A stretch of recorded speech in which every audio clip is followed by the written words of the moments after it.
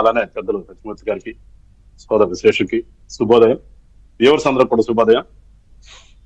ఒకటి గుర్తుపెట్టుకోవాలి చంద్రిక గారు, మీరు ఇప్పుడు చాలా మాట్లాడారు, మీరు చెప్పారు, పెద్దలు సత్యమూర్తి గారు కూడా చెప్పారు. అసలు మేము ఏ రకంగానూ చూడట్లేదు ఆయన. మీరు అర్థం చేసుకోవాల్సింది ఏంటంటే ఇక్కడ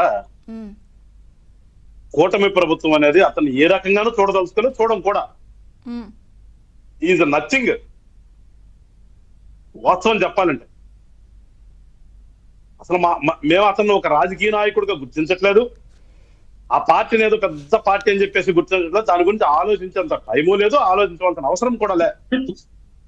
ఇప్పుడు అతని ప్రాబ్లం కూడా అదే, సత్యమూర్తి గారు అన్నట్టుగా అతని యొక్క మానసిక స్థితి కూడా అదే. లేదో నన్ను పట్టించుకుంటారు బాగా అనుకున్నాను, నన్ను ఏమి పట్టించుకోవట్లేదు వీళ్ళు అని అతని ప్రాబ్లం. ఇది మేమేదో అతని గురించి పెద్ద రోజు చూస్తే ఐడెంటిటీ క్రైసిస్ అంటారా?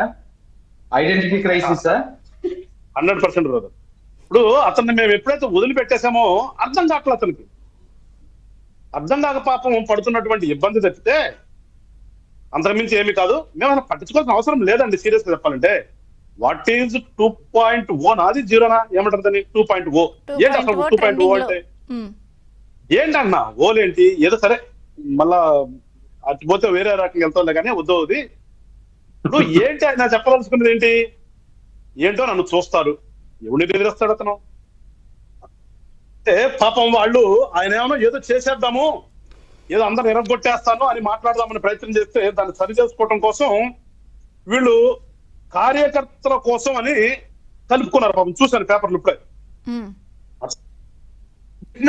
అతను మాట్లాడినటువంటి అర్థం వేరు.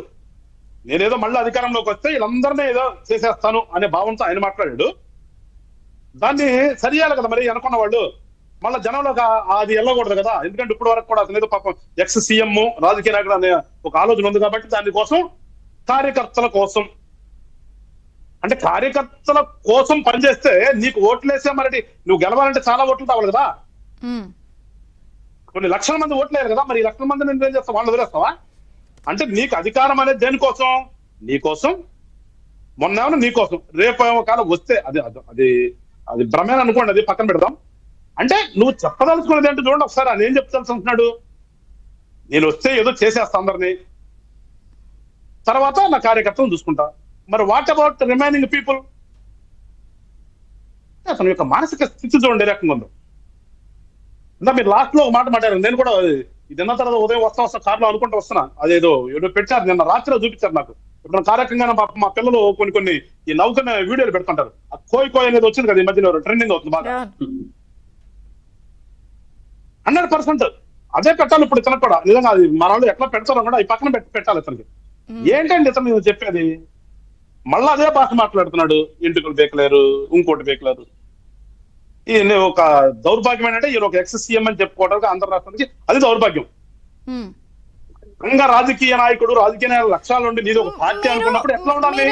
మీరు కానీ జనసేన కానీ బీజేపీ కానీ టీడీపీ కానీ ఏమన్నా అతనికి మళ్ళీ ఏమైనా ప్రాణం పోస్తున్నాము అని ఏమన్నా మీకు అనిపిస్తుందా? ఎందుకంటే కొన్ని పరిణామాలు చాలా ఓపెన్ గా చాలా మాట్లాడుకుంటున్నారు అందరూ. లేదా ఎవరికన్నా కొంత సాఫ్ట్ కార్నర్ ఉండడమా, లేదా ఇప్పటికీ వైసీపీ హవానే పార్టీల్లోనూ లేదా పోస్టింగుల్లో కొనసాగుతుందని కొంత చర్చ నడుస్తోంది కదా. అలాంటప్పుడు ఇవన్నీ చూస్తే ఏం చేస్తారులే ఇళ్ళనే కదా ఫీలింగ్. ఒకటి గుర్తుపెట్టుకోండి చంద్రిక గారు, రాష్ట్రంలో దేశంలోనే ప్రజాస్వామ్యం ఉంది. మనకి ప్రజాస్వామ్యంలోనే ఈ ప్రభుత్వాలన్నీ కూడా